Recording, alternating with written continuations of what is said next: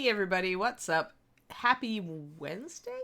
Happy Wednesday, and welcome back to Reaper Pro Tips with me, Anne, and disembodied voice Justin, who has been called away. So disembodied voice Justin will not be disembodied for us today, at least not till the end. Lots of meetings. ReaperCon planning, as he mentioned yesterday, is ridiculous right now. And he's trying to herd all the cats that are the artists to make sure that they all have streaming setups that will work for Reaper. So yeah, fun. So yeah, hey everybody. How are all of you today? Let me fix my desktop here just a little bit. Your chat window is in an annoying place. And chat is not annoying, so it must be fixed. Thunderstorm, yeah, let's hope then. I know how those can be with power. I miss thunderstorms out here. Of course, it's summer. Do we ever get thunderstorms here, David? Maybe? He has no idea.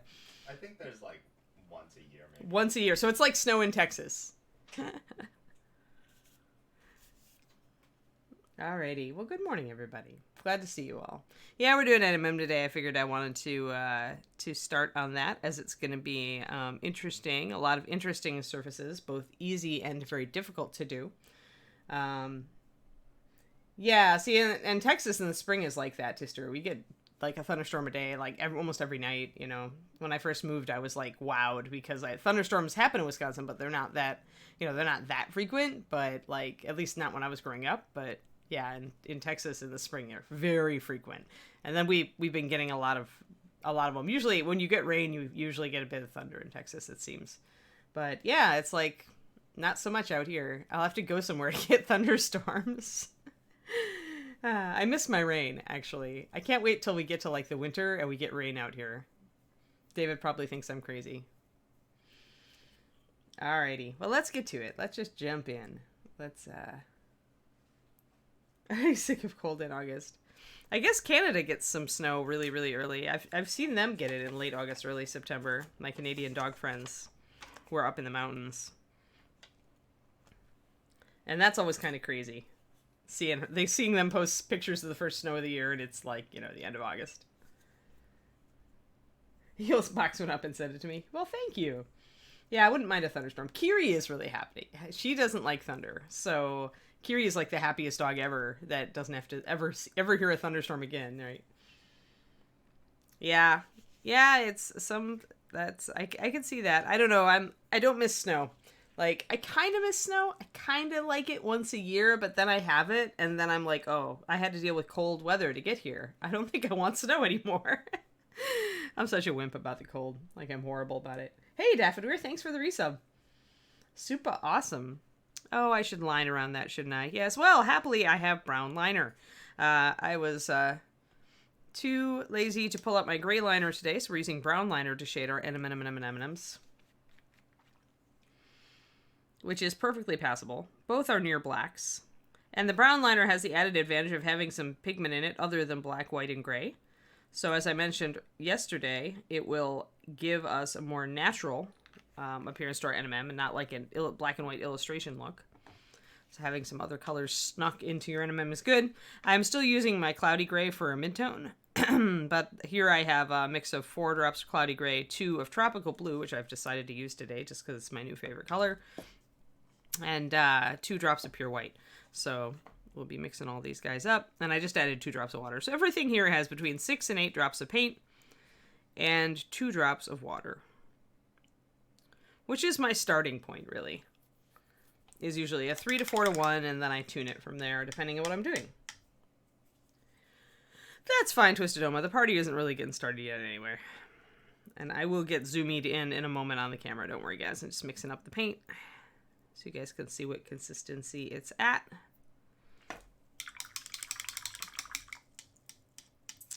Yeah, this is going to be interesting because there are some very simple NMM shapes on this model, and there are some very complicated, difficult NMM shapes on this model.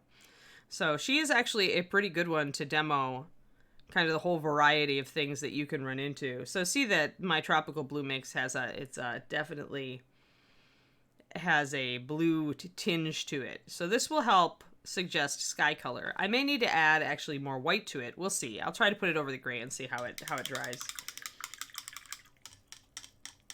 And then we've got our pure white, which you must have.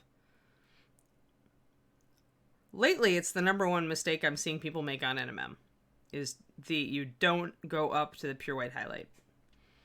And you need to. It's the only way to get something to look shiny, is either that spot or diffused highlight at a white or very near white.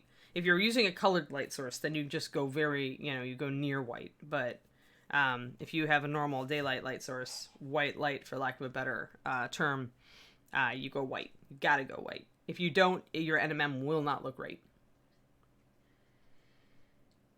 Yeah, this is gonna be crazy NMM, and I'm probably gonna screw it up and then have to fix it, which is great for you guys. Any light blue, really, except for one with indigo in it. You want a greenish one if you can get it. The other color that I love to use is ashen blue. Ashen blue actually was my go-to. In fact, if you look, you see that ashen blue and the color that I just mixed up are very close to each other. Pure white. As long as it's white, doesn't matter. Dragon white, pure white. I always use pure white because it's the most highly pigmented white we make. You could go with solid white, although solid white is a little bit more harsh. Solid white is a very good spot highlight white. It's a very bright white, and it definitely is good for that top highlight, but it is not as blendable as our other whites. Keep that in mind. It has a different base. So, I mean, Twister, when I mention white, I'm always using pure white. I consider our pure white to be like the best white in the business. Hands down.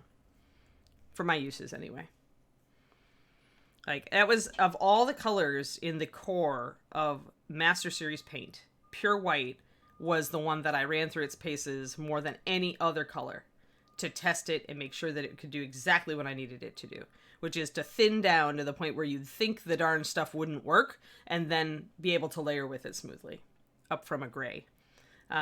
Because that, at the time that I was painting a lot and doing, some freelance work, the painting community really was lacking a white that was easily thinnable down to that level without falling out of solution. And so that was my number one priority. Like, some of my painting friends at the time were just like, if I did nothing else, that's what they wanted to see, was a white that would actually work the way that we were trying to make it work. So that pure white is, as far as I am concerned, the king of whites.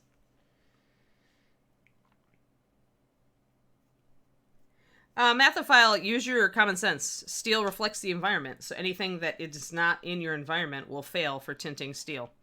And remember that you have ranges of browns as well as ranges of blues, but if you're dealing with the sky and you are thinking outdoors, that should inform your decision. Your upper surfaces, or I call them upper, but your surfaces that are toward the light source are either going to reflect the light source, which could be any color in magical land, or the sky, or they're going to be reflecting light from the environment, which again could be all sorts of earthy colors, or it could be crazy stuff if you're painting a sci-fi model in neon in the city. So your color choices are not, there is no fail. There is only what is in the environment. And if you use something that's not natural to the environment or counterintuitive to the environment, or that you don't show in the environment, then you'll fail. That's because there's a reason for that, Shadow Raven. And it's because everybody goes for that thicker, goopier, plasticier, high coverage base. You cannot make a thinnable white in a base that has a very heavy body. And the reason for that is that heavy body, when you thin it to the point you need it, will instantly fall out of solution. That's the way it does. That's just physics. So trying to get around physics, I'm sure a lot of paint companies might be trying to get around physics, but it's just the way it works. They would have to make a super opaque but super lightweight base, which I'm sure somebody eventually will magically come up with. But that would be like a super opaque but very lightweight quote-unquote base would also be extremely fragile. So it would not have durability. You're always going to sacrifice one thing or the other. You would never get your perfect pansy of paint. You just won't. There's just physical limitations on things. You would have to find a way to make a super light, super opaque, super durable paint flake, like resin. You would have to do that. If you could do that, then you could have everything in mini painting. Pure white is the MSP core, Sarduki. Dragon white is the Bones white. Pure white is the original. Pure white is the king. I already said the other one, solid white, has a different base. It's meant to be harsher. It's good for spot highlights. People were using titanium white for that, so I was like, well, we'll try to do a bit of a harsher white. The Bones white is just a slightly different variation on our initial formula, but like I said, pure white is the king of white. That's just it, as far as I'm concerned. If you're doing a lot of hot spot highlights and you're looking for a little bit of a harsher white, then go for solid. But remember, it's not as blendable. I would say that Dragon White in the Bones line is more blendable. But I actually think that pure white does it all. Like, I honestly, if it were me, I wouldn't have bothered with whites in the other lines. But we had to have whites in every line. So, hi Sidestorm, thank you for the resub. Yes, 9039, the king of white. That's because of the base Mathophile. They're not using any different pigment than we are, I bet. They're using something extremely comparable to what we do for pigment. But it's always, when you get that thickness in the paint, it's the base. It's the resins. Oh, yeah. Sorry. Doop. 3867. There you go. I was trying not to get it too in frame because when I zoom in, it will push the... I have never used white ink for highlights, Sarduki. I have no interest in doing so. So it's going to be different because it's a different base. They may be using a different pigment, a superfine pigment. They usually are. For obvious reasons. They need it to like keep in solution, and they need it to come out of pens without clogging them. So you that's up to you to figure out. I don't do white ink, so I've never found the need. Like I can't say it often enough. Pure white is the king of whites. I have no reason to go anywhere else. It does everything I want flawlessly. If Reaper ever changes the formula, I'm going to show up on Ed's doorstep with a giant Reaper scythe going, no, we're changing it back. All right, so seriously, pure white, guys. Pure white. Can't say enough about it. Pure white looks boring. Best white ever. Enough said. I'll stop harping on it. Yeah, I don't use inks, Sarduki. I get that they're a little bit more vibrant. Like the superfine pigments can sometimes give you a really intense color, but I find that it's like I have to switch up my technique if I'm going to use them, because they've got a different base, they got a different consistency, they got a different flow property. So instead I just use clears. Like, I am not the person, or in decades of painting experience, I have realized that I am not the person to run out and just grab a new thing because it's new and force myself to learn to use it. I am much more likely to run out and buy a new thing if it fills a hole in my arsenal that I feel I didn't have an optimal solution for before. Well, GW focused community absolutely is going to be ink enthusiastic, because that's used. Their painters use inks a lot for quick shading, and the GW community is doing a lot of quick shading. I used to use inks when I was much younger for quick shading on gaming models, so it does make sense. And if they're using ink and but they're usually not doing blended highlights, remember, either. They're doing like spot highlights or edge highlighting, right? So maybe the ink does really good on that.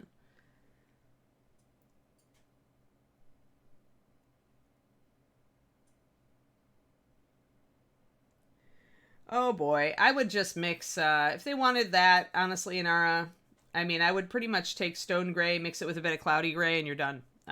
They should come close, I think. I'm trying to think if dirty clay is more brown or less brown than the stone triad, but if I were them, I would just go to the stone triad. No, I'm not Nomad Zeke. I actually have not asked for them. I don't like to ask Reaper for anything like out of the ordinary when it's scaling up to ReaperCon, because I'll tell you, one of the most annoying things that ever happened to me when I was working at Reaper was that people would want preview stuff or special stuff, and they would want it right before ReaperCon when I was buried under doing everything else. So I'm not going to do that to Sadie. I will get the ReaperCon paint when everybody else does, or after. What I am maybe going to get, and I have talked to John about it, but if I do this stream during ReaperCon, I'd like to get one of the ReaperCon preview models so that I could demo it. I could essentially paint it during the stream during ReaperCon. That's reasonable, but I don't think asking for a whole bunch of things. These days, Mathophile, they're the same. Inks, acrylic inks and washes are the same thing. The only difference is the base. And sometimes the inks use superfine pigments, which means you get less coverage, but you get that transparency.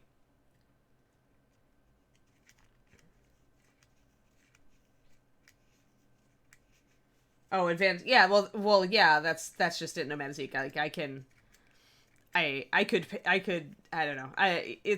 It's still asking them to break up the routine, put stuff in a box for me, and mail it out. And sometimes that's the most frustrating thing in the world when you're trying to like function on deadline. So it just saps your energy. I don't want to do that to Sadie. I would much rather, just talk to Justin about it and see, if there's anything in advance that's easy to get me, but I'm not gonna push for it. Like, I promote Reaper regularly anyway. New paint colors are nice.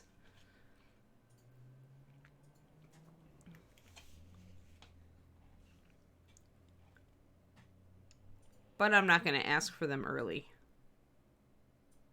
Like, I'm more likely... I don't know. A problem with the new paint colors, if they're not going to go in the line afterwards... I'm just doing touch-ups.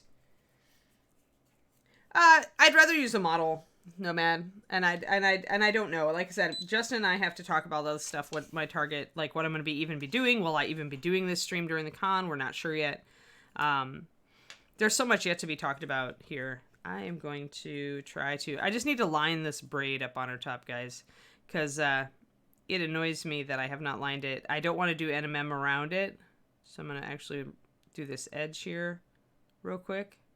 I don't like to try to finish out an area when I don't have a line, when I've got primed areas up against it without a line around it. I just like that set apart factor.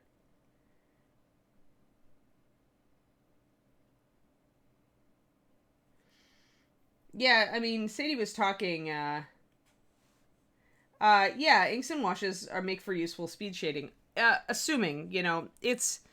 I mean, you can increase your speed there, Mathophile, but if you are planning to do a nice job, like a nice layering job on the model, washes are, they may be of limited use to you. I stopped using them years ago because I realized that I didn't like the dirty look they gave everything, and I had to go back and touch everything up again. So essentially, washes did not save me time at all. I just got where I didn't like the look. So I'd much rather just put my shadows exactly where I want them, and maybe it would take me a little longer that way, but it'd save me all the time of touching everything up. So I think in the end, I'm at about the same level. So these little braids that are hanging down, I'm just going to put a dark shadow in the middle of them. I'm not going to try to do NMM on that tiny little space in the middle of them. And we've got the breastplate here. And the hair. Alright. That's better. I just always am annoyed when I don't have the lining where I want it before I start NMM. Oh, and I got to get the belt too. Hold on. Catch up. Yeah, I mean, maybe if they asked me to do it, Cooves, then it'd be or Nomad Zeke. If they ask me to do it, that's a good hype up. But I'm not gonna be the initiator there on Reaper. Hey, do you want send me stuff to hype up for the con. 1 second, like. John stated that extra paints would be on the site during ReaperCon. Yeah, again, Drownable Pink, remember, guys, it's something that Sadie has to take extra time out to make extra. And on the ramp up to ReaperCon, we are very busy with, like, I hate to say it, but, like, real normal, like, we have to get everything stocked. We have to get, anything that's pending. We have to get new items done to the level that we need them. I mean... There's almost always something last minute that happens. So it really is, does Sadie have the extra time to make Drow Nipple Pink? And does production have the extra time to pump and label Drow Nipple Pink? It's not a priority. I mean, it can't be. Regular production's got to take priority. Getting ReaperCon, like, up and running without a hitch is priority. NMM, non-metallic metal, sorry. Yeah, I mean, I'm fine with being, I hype Reaper all the time. Like I just told you, you shouldn't buy anything but pure white, for gosh sakes. But yeah, it's NMM Gorilla Nuts is painting the appearance of metal with regular black and white and gray, or like if you're doing gold, brown and yellow paints. Oh, great, Wavy, great to hear it.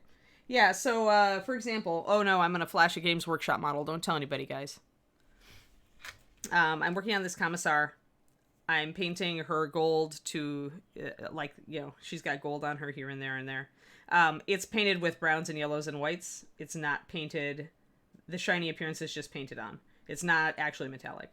So NMM allows you to control, like when you're doing tiny details like this. Let me get a focus. There. So all these tiny little details here, when you've got stuff like this to paint, NMM can be a real boon because it's really difficult to get all of these little details to show up with metallic paint. And especially like these little gold braids that have their little like individual sections and the little eagle and all the rest of it and all the chain here, all of that and the tiny skulls. It's so hard to get this stuff to look, you know, to have these details come out when you're doing metallic paint. I dare say it's almost impossible. You might be able to. But, and this is their female Commissar model, by the way. So, instead, I use NMM to suggest the gold and suggest the shiny. And it lets me control all that stuff, and everything looks crisp and cool. So that's a work in progress. It's a commission. All right, palette, come back. Let's see here. All right, so what we're going to do now is do that except with silver. And this is very, very... On the breastplate, it's really difficult. Yes, M&M. M&M and M&M's. It's hard, right? You say it... We say it fast, Gorilla, so it's totally understandable that you thought it was M&M and M&M's. But yeah, so I think really on 28mm that non-metallic metal NMM looks a bit better. So the first thing I'm going to do, often I will map in my shadows first on these, but on this breastplate I'm actually not going to. I'm actually going to map in my highlights first. I need to remember, because there's no like cuts here. This breastplate is like just, I'm painting it as if it's metal. It could be leather, but I've decided to paint it as if it's metal. And it is all like one big piece, which does to me imply metal. So I have to be real careful with my highlights and shadows. A lot of times when you see a female breastplate on a fantasy model, it's got those cuts, right? It's got different sections over the chest and stomach and everything, and that lets you break it up a bit.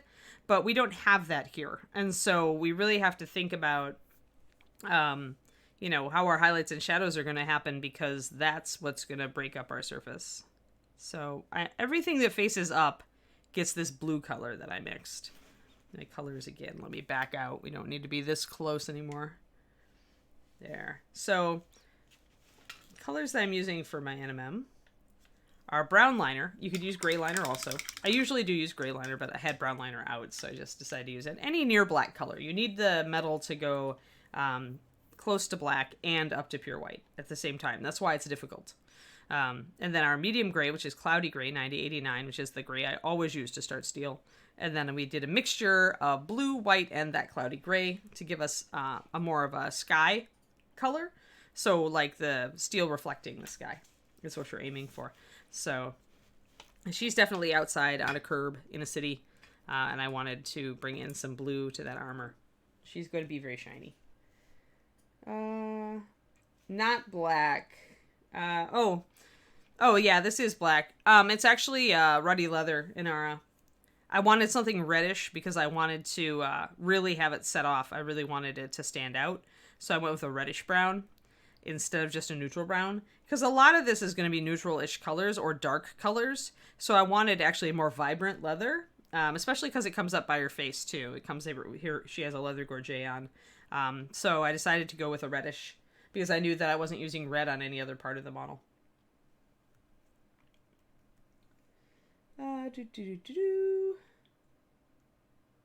All right, cool. You guys are talking about boxes. I did not look at the swag boxes.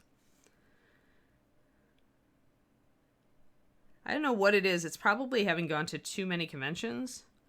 But swag boxes, I'm just like, oh, okay. Normally I don't get super hyped about them. But the Reaper one is always a really good deal. Reaper's ReaperCon swag boxes. Pretty cool. I forgot to line the little fingers, and now those are annoying me. I gotta stay on topic. You can tell. I got sleep last night. Not super optimal sleep, but I did get sleep. So, alright. Let's see. Looking at how the light is shining here. How do I want to do it? Lights from above. So I want to turn the model and see what we've got. I think I want to go slightly off center. She's kind of tilted her shoulder here, so I'm going to go for a highlight source right down the middle of her torso. Just kind of block it in. Then I'm going to block in my shadows. ReaperCon swag is like Christmas.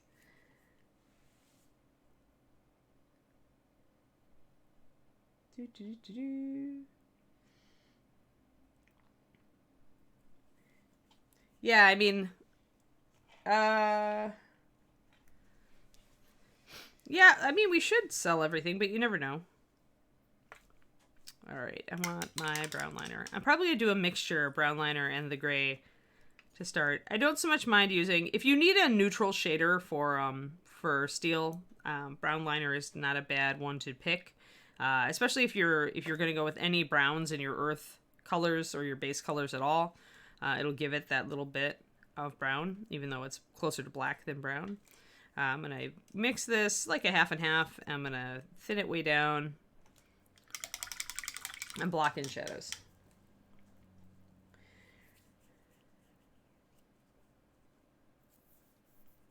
Yeah, cool.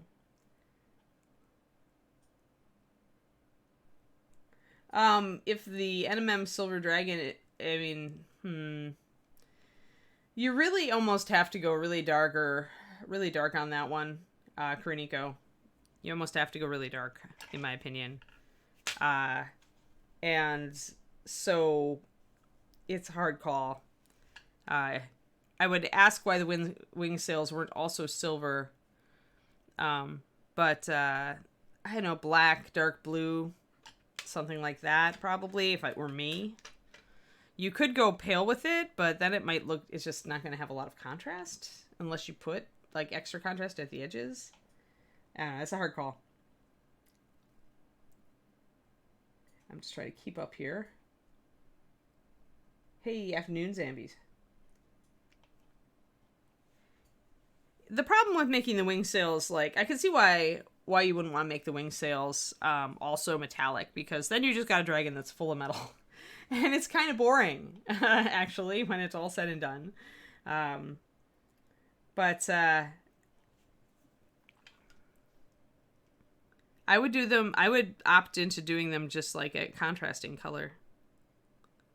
I might take them all the way down to black, and then if maybe bring them up toward a tarnished silver, like On the Road to Tiamat said, but I wouldn't do the whole thing in tarnished silver. That's just silver and silver. It's just, you have an opportunity on the wing sails to switch things up a little, so I would. Let's see here. I'm going to do a dark shadow on either side of my highlight on this cylinder that is her stomach. I'm going to do a dark shadow right under this. Remember to keep it round, because this is a round area.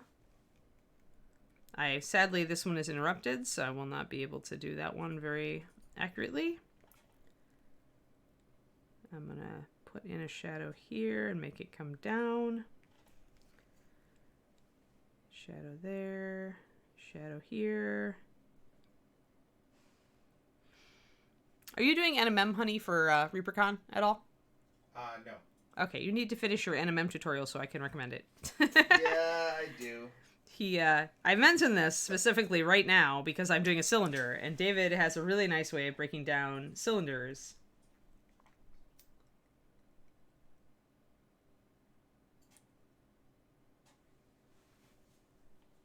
Yeah, the problem with going with like camouflage colors, Mathophile, is that sometimes they just don't look very good on a painted model. There's no contrast. Because, of course, in nature, you don't want contrast, right? You just want your hawk with the pale underside against the sky. But in reality, You might want, if as an artist, you might want a little bit more. So I'm trying to figure this out, guys. So this is what I'm doing. I'm blocking in tentative highlights and shadows, and then I'm going to see if I have to change it. I'm not doing under reflections yet. I need to do that.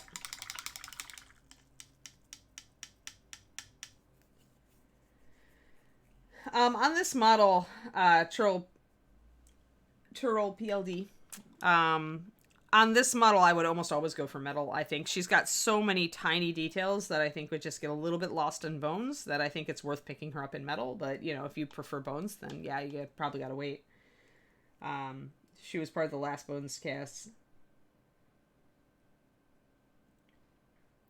Yeah, whenever you've got really tiny little details, like this little cord and iron cord arrangement that's holding her dagger upright here off of her belt, and, you know, little pouches and buckles and all this stuff, it's often advantageous to get the model in metal, in my opinion, just for that extra little bit of detail. Bones Black is very good at reproducing detail for this little stuff, but I still find that metal has a slight edge. Yeah, it's little tiny details that you lose just a little bit of definition. And when you're dealing with a model at this scale at 28, a little bit of definition lost can impact it, right? It can, on a lot of models, it doesn't matter. Like, there are a lot of models that I'm perfectly happy with in Bones, which is why you guys normally see me painting Bones on this stream. But, all right, I need this under reflection. I need a highlight here. I need a highlight here. I need a highlight here. I'm just trying to block stuff in, and then I've got to figure out how I've screwed it up. And right away, I think I don't like this stomach. I think I have misplayed the stomach. So we're going to block it in. Though that is kind of how it would go, but I think I've just screwed up the shape of the highlight. I think I actually need it to not be quite as much. So I am just, now I'm going to start adjusting. Now, it's worth mentioning that the under reflection, which is, you know, the underside of the breastplate, is light bouncing back up from the street. It's hitting the underside of this. So I don't go with my blue mixture for this, because the street is not blue. So for now, I'm going to go pretty neutral. And since I haven't really mocked in the basing colors yet, when I figure that out, then I'll introduce a little bit of that color. The breastplate's actually looking pretty okay as far as positioning, but I need to refine it. I can make it stand out even more by putting an even darker shadow here to define that. See? Now look at it. Doesn't it look reflective? Isn't that funky? Like it just went boom. So I'm kind of putting a line in where there isn't one, and then I'll soften that up a bit. Yeah, get the bones to paint for gaming use. I think you're right there, Inara.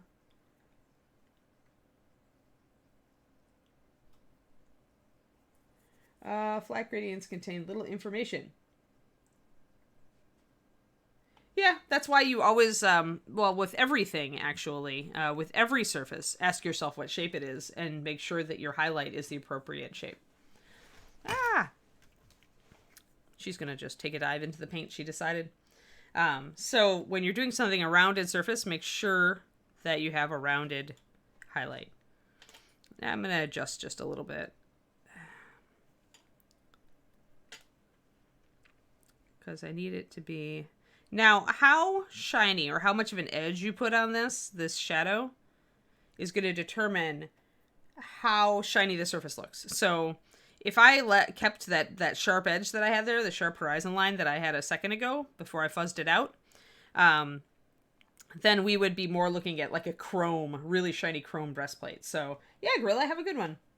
And a lot of people call that Sky Earth NMM. So SE NMM. So if you see SE NMM, that's what they're talking about. And the idea is that you've got a very sharp horizon line, like the chrome on a car bumper. And it's, I've always considered it somewhat, very unrealistic to do that in fantasy. You can get close, though. So I've got to bring in my sharp white highlight.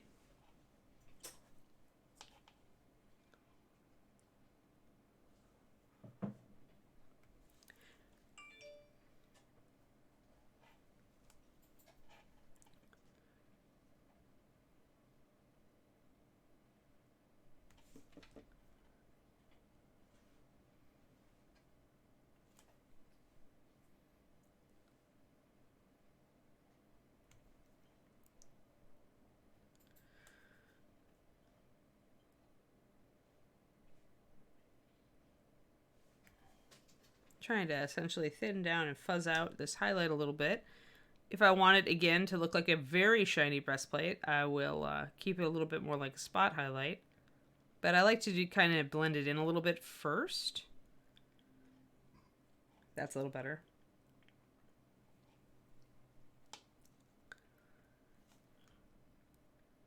I think color gradients can give you information if you mean light to dark just fine. That's what we do in mini painting.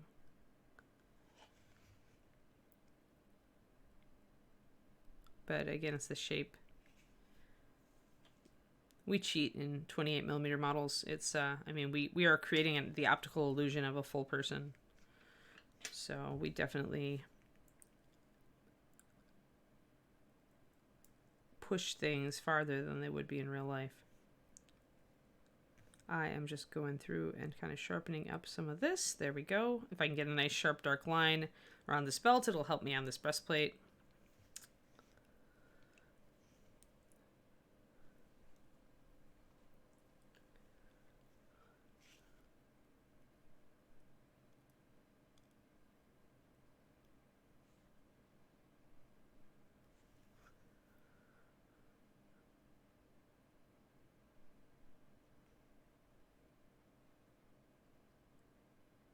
Alrighty. There we go. Okay, now let's fix that stomach. I'm annoyed with the stomach right now. And also, I forgot to turn my phone's sound off. 1 second while I mute it so that all these little notifications can just stay silent. There we go. So, alright, so light falls down a cylinder, and it usually falls down in a pretty straight line from top to bottom. I kind of want to look. Yeah, her midsection actually does project out a bit, so I'm thinking we're probably going to have the highlight widen toward the bottom a little bit. I'm going to kind of block it in like with a mixture of gray and white to see if I can make it work. I may just have needed something a little more diffuse. That's a bit better.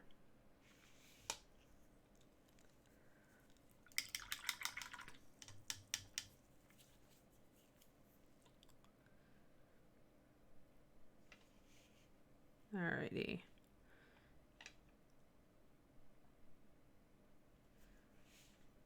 And I want to get this edge here and bring up, essentially with NMM, you remember your basics, guys, right? Highlight, and then a shadow, and then an under reflection, right? So when you're on the cylinder, you have to kind of imagine that you're doing kind of the same thing, except you've got bands radiating out from the middle. So highlight, shadow, and then a little bit of come up, but not quite as much of a highlight as the center where the light is really falling. You will, however, probably get a bright highlight on the back edge of this plate because it'll probably catch the light just a tiny tad when it's coming down. So I might put a bright white highlight just on that edge. Lost my line a little bit, so I'll have to correct it. I would consider this surface very difficult. I'm still not happy with it. I'm going to have to mess around with it considerably to get it right. So that's why I thought I would just jump into the most difficult area on this model because I have energy. It's the morning. Let's do it. And as I mess with it, I will try to explain how I'm correcting it and why it's working. So under that little highlight, you're going to have another shadow. But it's not going to be like necessarily as dark. I'm mixing up my brown liner with a bit of cloudy gray. That's a little dark. I've gotten a little bit too much paint on my brush is why. So I'm just going to take that and kind of grab some water and smear it down. There. And then I might want to take just a tiny bit of highlight and put a little bit in beyond that, kind of down here where it flares out toward the bottom. I'll bring in a little bit of another highlight. So you're kind of alternating bands of light and shadow. Ah, that didn't show up. That got too thin.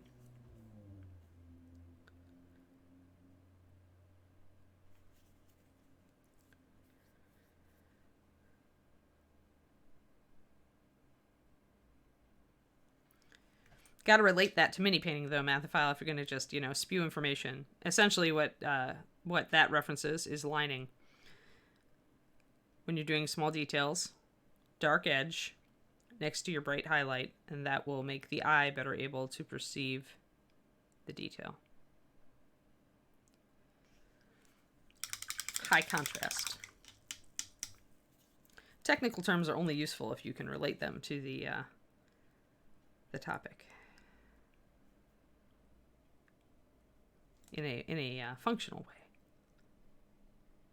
Theory is awesome, and I like to go and putter around in theory a lot, but when it comes down to it,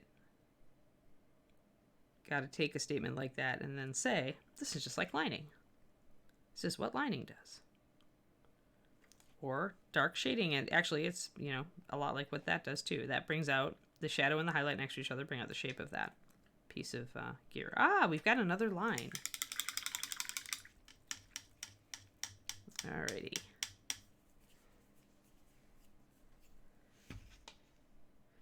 Contrast on 28mm in general is a good example of that, because without the dark shadows and bright highlights, your model will not, parts of it won't stand out. That's why we're always telling people to go higher with their contrast. And if you don't want a line, you don't have to, but then you definitely want to alternate darks and lights like I have done here. All right, that's starting to look a little better.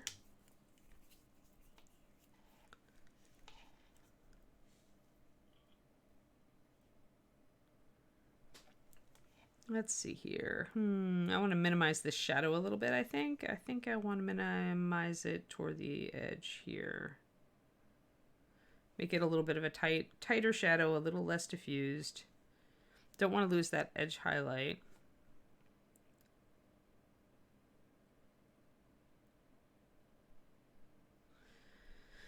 So surfaces change depending on how they're tilted toward the light source. If this was a straight vertical surface, if her stomach was, then we'd be painting her just a bit different. But because there's a curve to this surface, the light will be a little bit different, how it acts on it.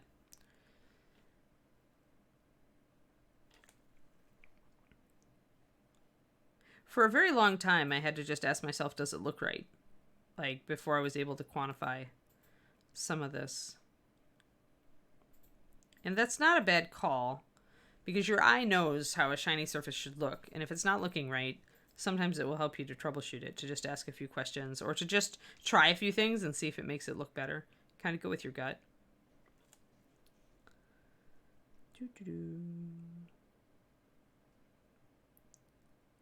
There. That's starting to look a bit better.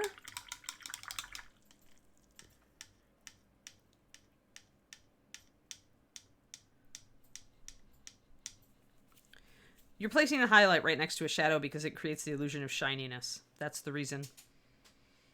The farther apart your light and shadow are on an NMM object, and the more blurred together they are, the more the area will appear burnished and not shiny, not polished. It'll appear to be a textured metal or a dull metal instead of a really super shiny metal. The closer together and the sharper defined your highlight and shadow are, the more you will go for the sky earth chrome effect. It's directly inverse. It's a direct relationship. Sorry.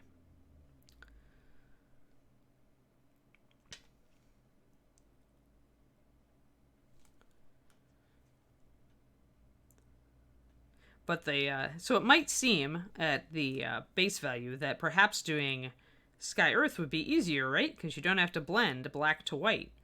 But in reality, if you're going to do that, you have to be dead on with your placement of highlight and shadow for it to look right. So it actually, in the conceptual theater, maybe it requires a little less technical merit in some ways. But in the conceptual theater, you have to be dead sure. My back is very twingy today. Oof.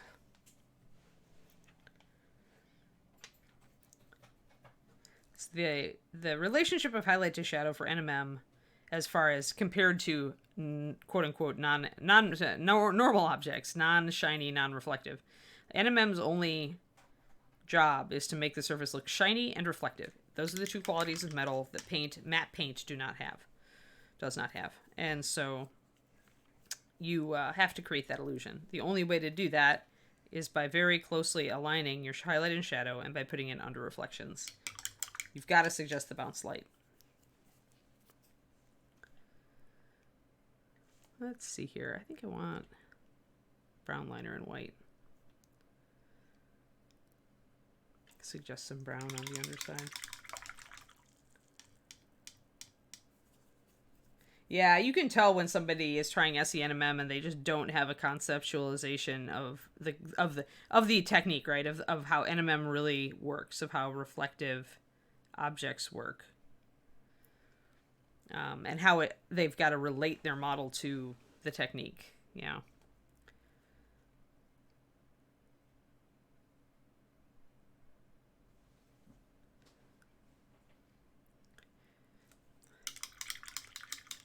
Working on it here. Yeah, I still think I need to fuzz out a little bit of that middle highlight. I keep thinking it's just a little bit too much.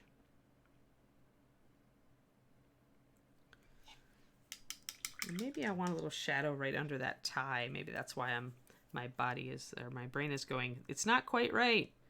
So this is like the troubleshooting phase where it's like, okay, this isn't quite right. Why? Should I have a secondary shadow under here? Maybe break up the metal a little bit with that. Ah, yeah, that's looking better. All right. So you gotta think about how things would actually work. And then we blend that in a little bit. My gradients are not perfect on here, guys, but they are they're good enough. You got to get the effect. Then you can always refine your gradients with some glazing or something. Ah, I'm making too many spot mixes.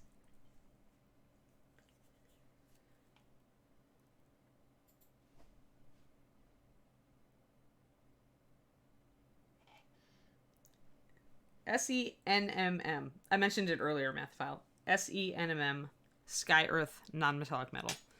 Sky Earth is chrome, where it's a mirror, or close. It's the closest you get to a mirror in a metallic surface.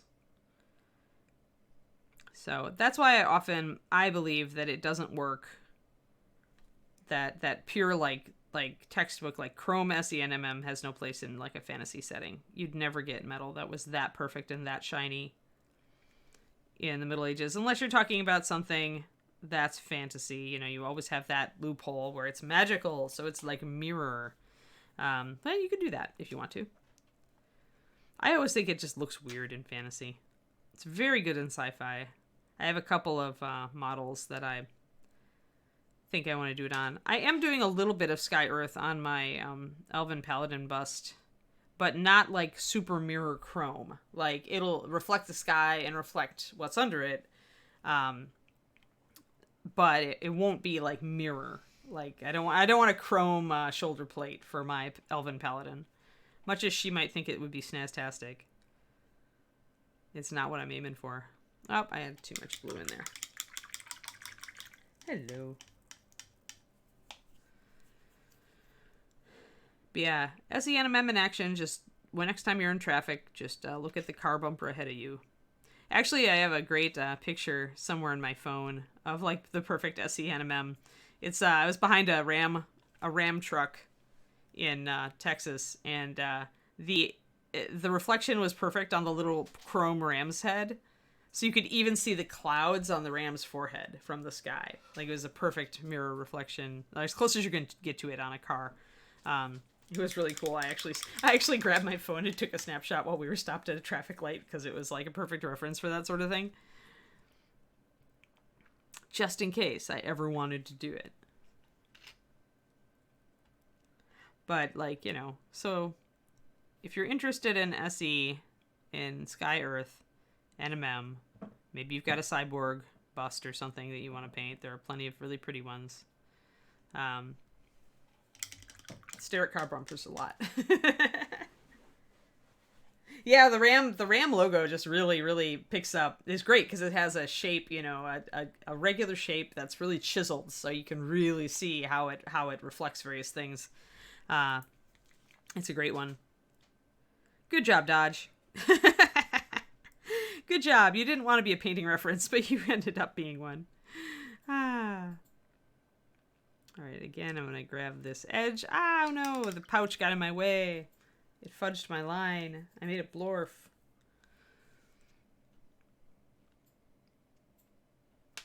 All right, let's clean that up. I want you guys to note that I'm using a huge Raphael, a huge Raphael brush today instead of my Da Vinci, just because this Raphael brush has now been trained so well that it's got a razor point. I can do tiny little lines with it. I can do eyeballs with the sucker at this point. There's almost nothing I could not do with this brush. Sometimes I really feel like brushes do have a breaking in period for me, where when they start out, maybe they're not as good. They're good, but they're not like, I can't make them perform like superpower type stuff. But after they get broken in, like this one is now broken in, I can hit the tiniest details with it. Yes, Blorf with a husky face. That's even better. Thanks, Lady Doggo. At least it looks like a husky face. There's a husky that walks in the morning sometimes in the park where Kiri and I go, and he's always, you could tell that he really wants to play with Kiri, but he's been very well trained. So he's just, as we pass each other, he's just whining. He's just like, I want to go play with the dog. Oh. It's very cute. He's a very pretty husky. He's one of those beautiful black and white with bright blue eyes.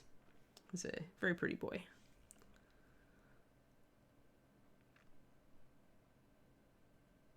There we go. Got a little bit more of that highlight. Hey there, happy dog. You gonna be a good girl? We do have a high chance for Kiri emergency this morning, guys. We had one right before the show that delayed the show, but I don't think she's quite empty. She did have a pretty good night last night, though, so that makes me happy. We both had a very bad night the night before. Doggles need sleep just like we do, and she's such an old doggle that she needs more sleep.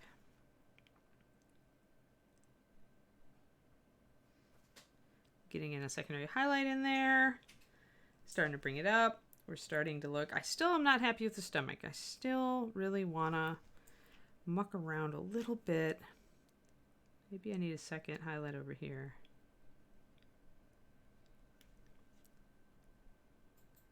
It's getting there. I'm just not thrilled with it. There's just something wrong. Maybe I need more. Probably need to thin it down a little bit. It's probably too sharp. There, that might work. Yeah, that's a little bit better. Yeah, okay.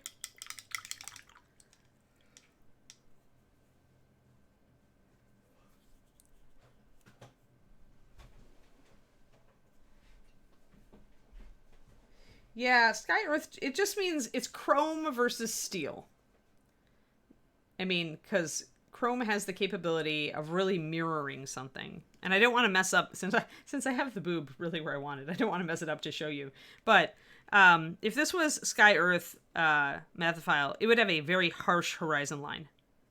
Like, it would just be a line. It would actually be a sharp line, and there would be sharp white next to it.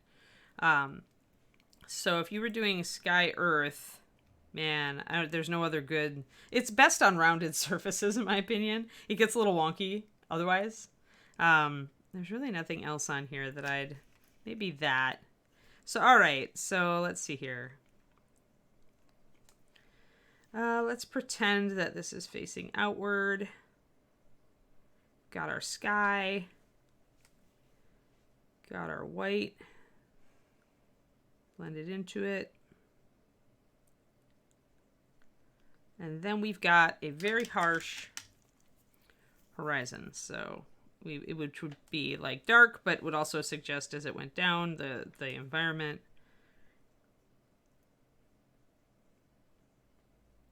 Very sharp. You don't even blend. In SENMM, you do not blend the horizon with the metal.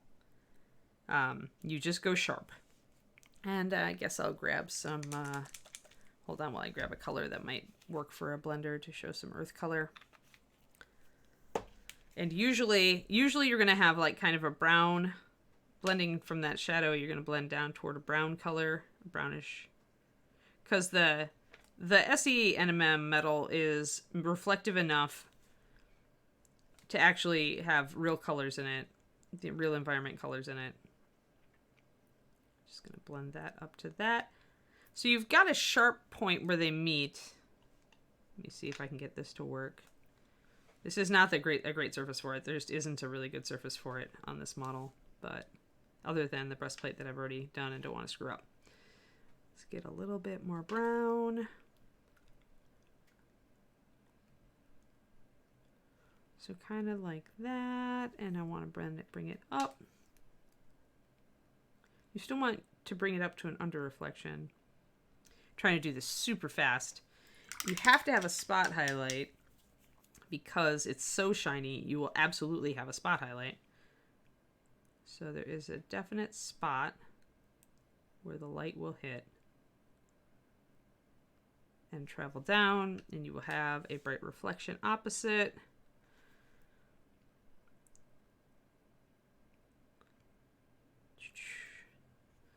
This is not, yeah, it's not an optimal surface, but like if you were working on SE NMM, like you can see this is diffused, right? You can see that it's all blended in.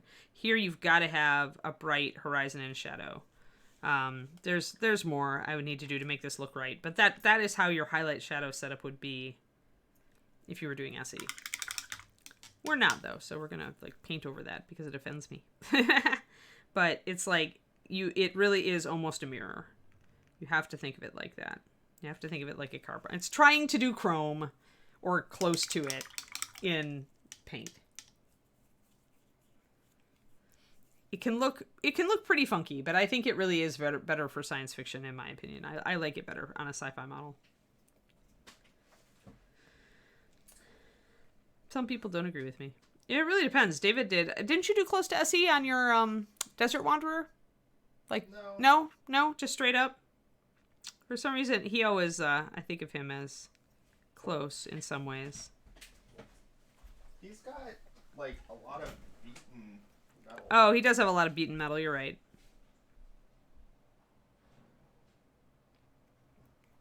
Alright, put our highlight up on the other breastplate. So we're getting there. We need an under reflection here.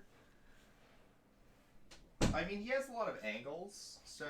So I guess the sky and earth reflect a lot. Yeah. Well, we're gonna show off a David picture. There's a David creature. So very striking, and you do get some reflection here of the ground color off of the basing. This is one of David's models, guys. This is called Desert Wanderer. It's very, very pretty. It's actually my favorite of his work. There's especially you see right there. Yeah. You get some of the basing colors in the metal. On the underside of the tail here, which is not getting picked up here. Maybe I can get it to pick up. Yeah, there you get it. There you go. Now you can see it, guys. So yeah, I guess I thought SE because I remembered the bright angles with the underlying, like this joint almost reads as it, even though it's not. So yeah, so this is, see, isn't my man awesome? See? Yeah, picked right. Yes, I did. But yeah, this is my favorite David model. So even more so, like this, but even more so, like this joint, but even more so would be SE NMM, where it's really mirrored. Yeah, he's a keeper, isn't he, Margaret? Yes. I really love this model. David did an awesome job on it. He's my favorite. I like beasties. I do like cyber beasties, so I really like that. I think he's probably my favorite that I've done too. Yeah? Yeah, I really like him. I've always liked him an awful lot. And it's a great weathering example, too, of taking the sand and dirt and getting it up into the cracks and crevices of the metal up here, guys. Yeah, isn't it sick on him? Yeah, David knows light. David gets it. So, it's really awesome. Yay! There he is, your baby. I love that. Love it. So yeah, we're not doing anything that sharp, but again, that's a science fiction model, right? So that sort of sharp NMM, edged, reflective, it really works well, right? With this, that's also a larger scale, of course. It's a big model, right? So you can play with it a little bit more. You have a little more room. So we're not going that sharp and reflective. But again, we're not working with angles like that, right? If we were working with, if she had a lot of sharp angles on her metal, if she was in a power suit instead of a smooth breastplate, then, yeah, David's good. Tell him he needs to finish his NMM tutorial, which is also really good, and he hasn't finished it. Yeah. You do. You need to teach people how to do the stuff. Communicate with the people. Do the stuff. Do the thing. You can do the thing. I am just tuning this little area up here. It needs a little tiny spot highlight. Need to get some more water on my brush. Dragon Eye Miniatures says, David, finish the NMM tutorial. Oh, you just missed me showing off a David model and Achilles blade. David has a blog on his website, which is Light Miniatures, L-I-G-H-T Miniatures.com. And Desert Wanderer is, I think, your top picture, isn't he? Yeah, he's the header picture. Yeah, and so David has a blog, and he actually shows you how he does a lot of his stuff on it. But he's been working on this NMM tutorial for the blog. He has the top OSL tutorial on the web. Like, it is, last we checked, the #1 other source lighting tutorial out there. So do go check out his website. Shameless plug for my boyfriend. He is doing ReaperCon classes, but not on NMM. I think he's doing OSL, though, Inara. Yeah, I'm doing OSL, and I'm doing painting faces on busts. Oh, that's right. Bust. I always forget the Brad Pitt class. It is apparently now known as the Brad Pitt class. Yes. Yeah, he won, you didn't win. You got a, what did Mermaid win? She won Best in Show at Kubla, right? And she got into the final, first cut at Crystal Brush, too, didn't she? No. Oh, Goblin did, right. But I made some improvements to her after she did. That's true. At Crystal Brush. Yes. Like, fixing the hair. Fixing the hair made a big difference. Yeah. And also all of the, I'm forgetting, the caustics. Oh, yeah. The reflectives. Yeah, the water reflections. Yep. There we go. Got a little bit of a shiny there. Okay, now I'm liking the breastplate a lot more. I need a little bit of an under reflection here. I need a little bit more of a reflection coming up there. See, now that I've gotten past the stomach, which really just needed a little bit of a breakup because of shadows, and I need to minimize that shadow just a little bit, but I'll do that in a second. Now I'm booking. Now I'm like, okay, I've got it. It's nailed. Nailed it. And then I just want a little tiny reflection down here to bring out that plate. Now we're looking really good. And I just need to minimize the shadow because the shadow from this would not drop down that low. So I'm going to grab some of my blue-gray with a touch of white. And I'm going to fudge out just a little bit of that shadow. I'm going to make it a little bit smaller. I'm going to add some water to my color so I can glaze over it a little.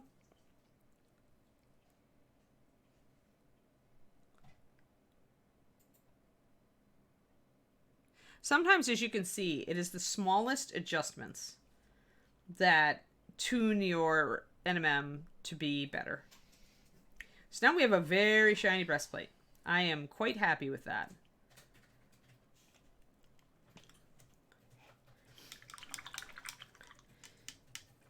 Alrighty. So interesting. Now what do we do?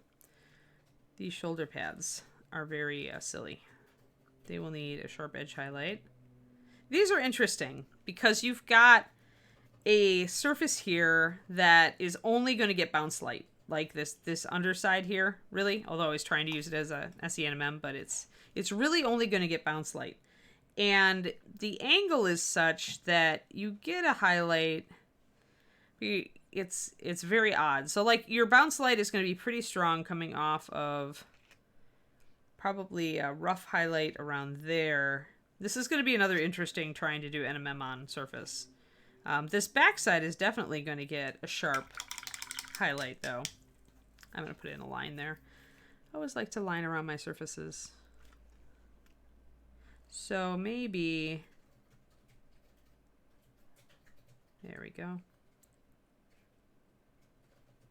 I just like to have my lines in place before I start finishing an area. Whew, this is going to be fun, isn't it? Look at all this crazy NMM shaped stuff.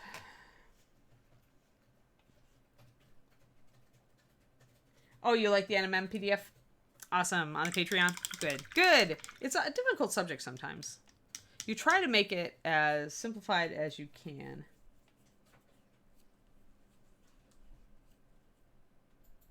Yeah, it's just little adjustments, right? I mean, and sometimes, like I said, light doesn't naturally come to me. Like, I'm a color girl. I can make instant like adjustments in color and get a decent color scheme. I almost never run into color corner or anything, but light is not natural to me, and so sometimes I have to do exactly, especially with a difficult surface like this, I have to do exactly what I did and just take little adjustments here and there, push this a little, push that a little, and then it ends up coming together. And I can always explain why it came together, but when I start it, I don't always like have that instant, this is exactly where I need to do. Like sometimes it seems like when David is like setting up a bust or something, it magically just, the lighting is perfect. And it's awesome. And you're just like, whoa, before it even blends anything, it looks good. And that's not what I have. Like that's not my free card. Colors are my babies. I love color. I think of color first on a model, and he thinks of lighting, and so it's interesting. It's very interesting. He's made me think of it a lot more, and studying David's work at close range has made me like start to internalize, I think, a little bit more about lighting. Yeah, arms and legs with the NMM. Yeah, well, they're cylinders, right? So here. Let's see, I keep reaching for my blue-gray, and I don't want my blue.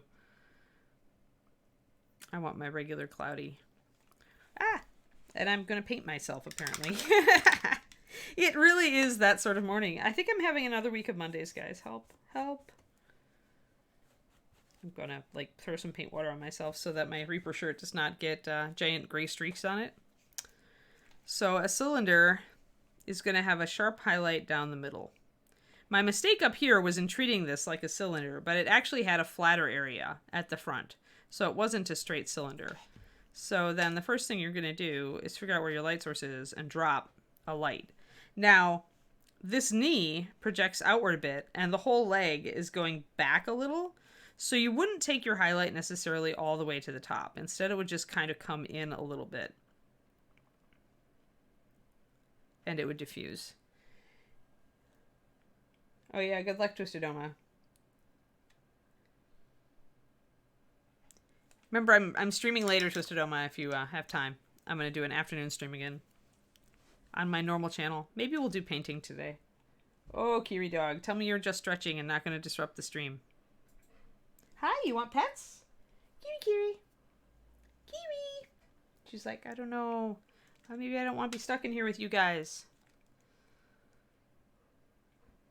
Sometimes I think she just wants to go check her dog TV. Hey, dog TV, come here. Kiwi, come here. Hi. Hi, come over here. Can I pet you? Oh, there's a snoodle. Come on, girly. Settle down. We don't have much time left. We only have 15 minutes.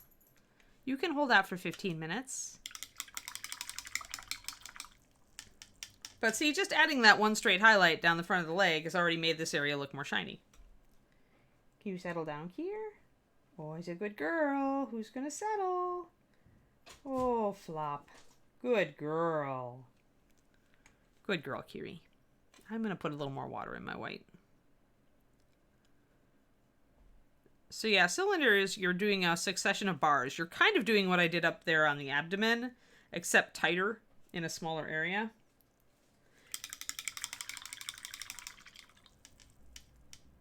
I think that's natural, Mathophile. Actually, David, don't you always tell me that it's much easier to highlight and shade cylinders than it is to, like, that cylinders are great for showing off NMM because something like that? I think cylinders and cones are by far the easiest to get a good NMM appearance on. I find spheres more challenging, and flat surfaces... I mean, surfaces that have a lot of angles are pretty good too, but just like plain flat areas are the worst. Okay. See, Mathophile, you are not alone. Like, he's speaking specifically of NMM, but, it does have a lot in common with regular highlight and shading. I mean, the problem with flat surfaces with both NMM and normal lighting and shading is they tend to be kind of monochrome and flat, but that also makes them really boring. And also, if it's NMM that you're trying to accomplish, like a realistic flat metal surface tends to be mostly one color, but that color changes a lot when you look at it from different angles. And there's no way to recreate that with, non-metallic paint. Yeah. That's why textures were created, I think. Yeah, you have to either do textures or, some other way of sheeting it. I'm trying to do kind of a thing here, guys. So I'm trying to suggest a highlight on the top of this plate because it will catch the light. And then underneath it, I want a shadow. And then I want to come up back toward a highlight. But I think I've done it wrong. So here we will tune this. We've done this wrong because I realized I wanted a more diffuse shadow dropping down the center. And I wanted more of a spot highlight in the middle. Because we've got this highlight coming down. So I want to kind of do like her knee has a little bit more of a shadow there. And blend that in a little bit.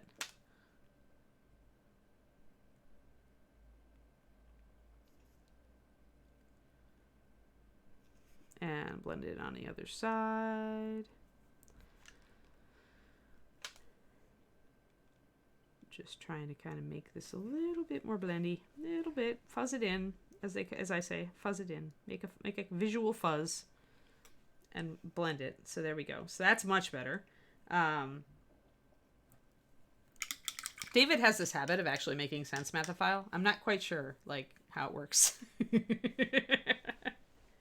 I don't look very... I don't make sense a lot. Not the way he does. I have a very analytical way of painting. I think a lot about, why stuff isn't working and how to make it work. So... You break things down analytically very well. Yes. Which is, I think, part of why you're a good instructor. It's something I had to learn to do better to teach things like color theory, I feel. It's helped me in my teaching career. Yeah, my manager says I'm a very good communicator and attributes at least some of it to my teaching experience. Yeah. I could totally see that. I'm glad they recognize that. Your mini painting has actually affected your job performance. That's awesome. Well, I also taught math. Yes, you also taught math. At the university level, no less. See, I have a brainy guy. Isn't that awesome, guys?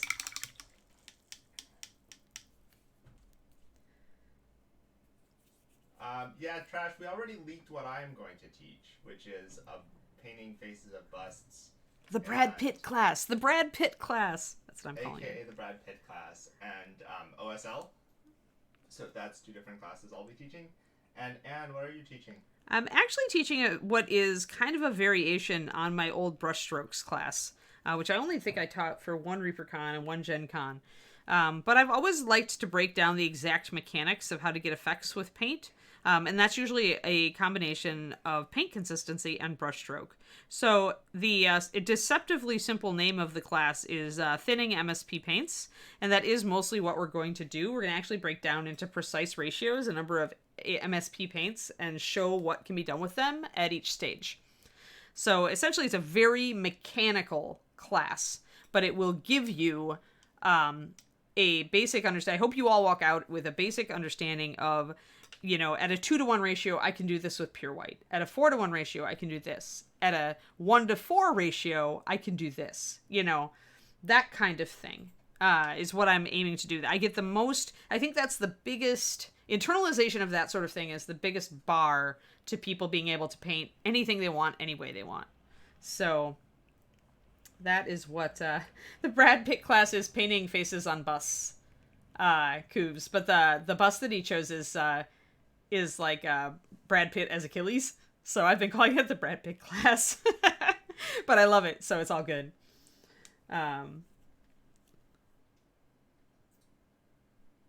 Yeah. Oh, you are not a useless wizard. I think useless wizard, I think you totally have to become useful wizard. Not permitted. Self-deprecating humor is not permitted. We all have to believe in ourselves in this Twitch video. Yeah, Achilles from the Troy movie. Yeah, it's is it what bust is it? Young Miniatures? Yeah, it is. Yeah, well, there aren't limits because we can have a lot more people in a virtual class. Usually we do frown on overloading on classes, though. And I think you'll find that if you try to overload, you're going to get less out of each class you take, Dragon Eye. That's the thing. Remember, Zoom classes aren't being recorded. Twitch classes are. So, but I mean, you want to get, this is the thing, right? You want to get a lot of topics, but you want to also get value out of what you're doing. You want to actually retain some of this stuff. I mean, what I always tell people is do not overdo classes, because you're just going to fill your brain up with a bunch of stuff, and then half of it or more is just going to fall right out.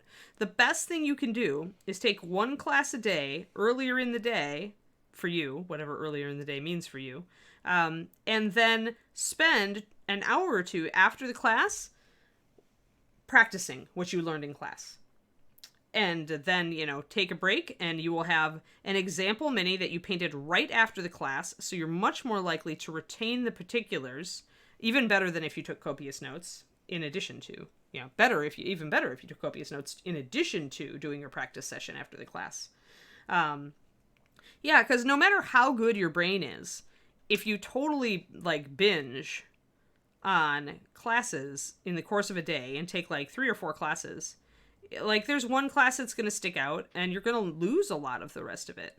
And of course, like I said, it's not as important like this year because digitally we can fit a lot more people in classes. But for normal ReaperCons, where there's also the consideration thing where you just, if you're not going to get as much out of this class, it makes sense that to leave it open for another person who maybe that's the one class they wanted to really get into. So I think there's both a practical advantage to you and also a considerate advantage to other people in a normal ReaperCon of not over binging on classes.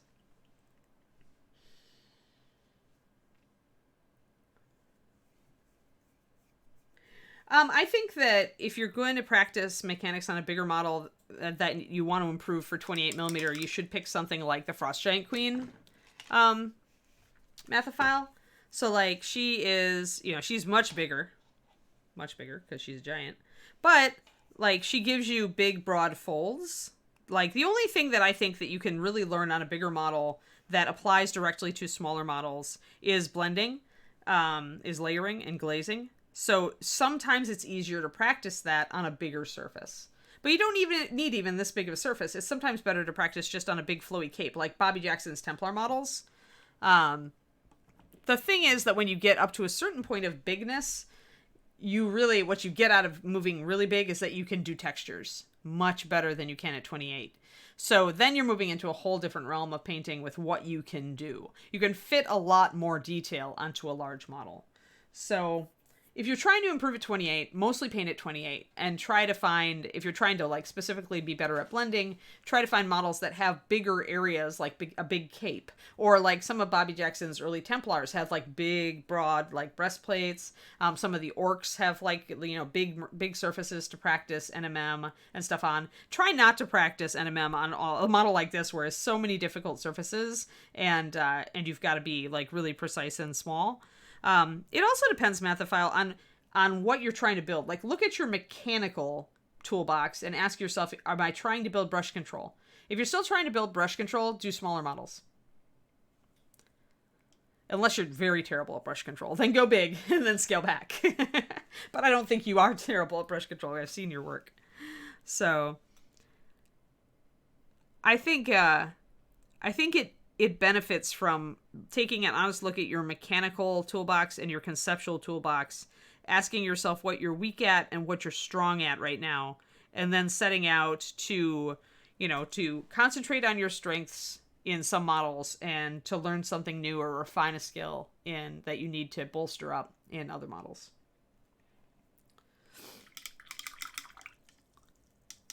Yeah, I love painting big because I love doing textures and freehand. And those things are much, much more satisfying on a large model. And you can go so much farther with them on a large model. So busts are my joy because I've already got my blending chops, so I can blend a huge broad surface and make it look good. Um, right I guess I now, am. yeah. Hi there, Justin. You're back. I am back. Justin is here. That means it's close to end of stream. I was just doing knees. We did NMM today. It was very difficult NMM. This is a model that's full of difficult NMM. If you paint it all like metal like I'm doing. Probably because it's meant to be leather, and I'm just ignoring that because I don't feel like painting it all leather. Now I'm gonna hopelessly, if this one gets finished and goes to Ron, it's gonna hopelessly confuse everybody in the gallery in the store because they're gonna be like, but I thought that was leather and this lady painted it metal and now I'm confused. But yeah. Oh, good. Well, yay food time. Awesome, Shadow Raven. Yes, yeah. Catch it later. It'll go at 4:30, around 4:30 p.m. Central. Or wait, no, 3:30. Wait. Yeah, 4:30 Central. That's right. Because I normally try to go like after Proctor stream, although there is no Proctor stream today. Are we doing Luca today, Justin? We are not. Oh, Lucas okay. on vacation. We will not have another Lucas stream likely until after ReaperCon. Oh, okay. All right. Well, I'm just getting in the habit of not interrupting other Reaper streams, so that's why I'm starting a little late with my own streams. Absolutely. Yes. All right. It's just really fancy, magical, metallic leather. But yeah, so like I started the NMM on this cylinder. It needs shadows on either side of this highlight though, just like we did up here. We need to have that contrast down there. So that's why it's kind of like a half finished at this point. I was just trying to black out both. But yeah, we didn't get much done. We did a very difficult breastplate today, Justin. But alrighty.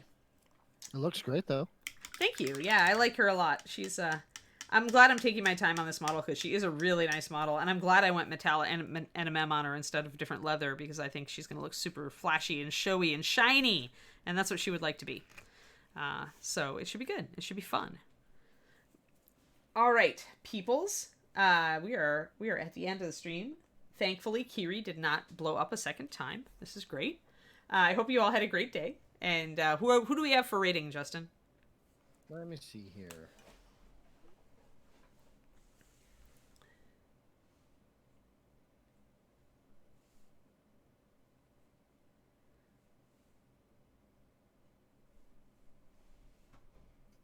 Well, we have basically of our regulars, the only one online currently is just Dices. All right, well, Dices gets us then.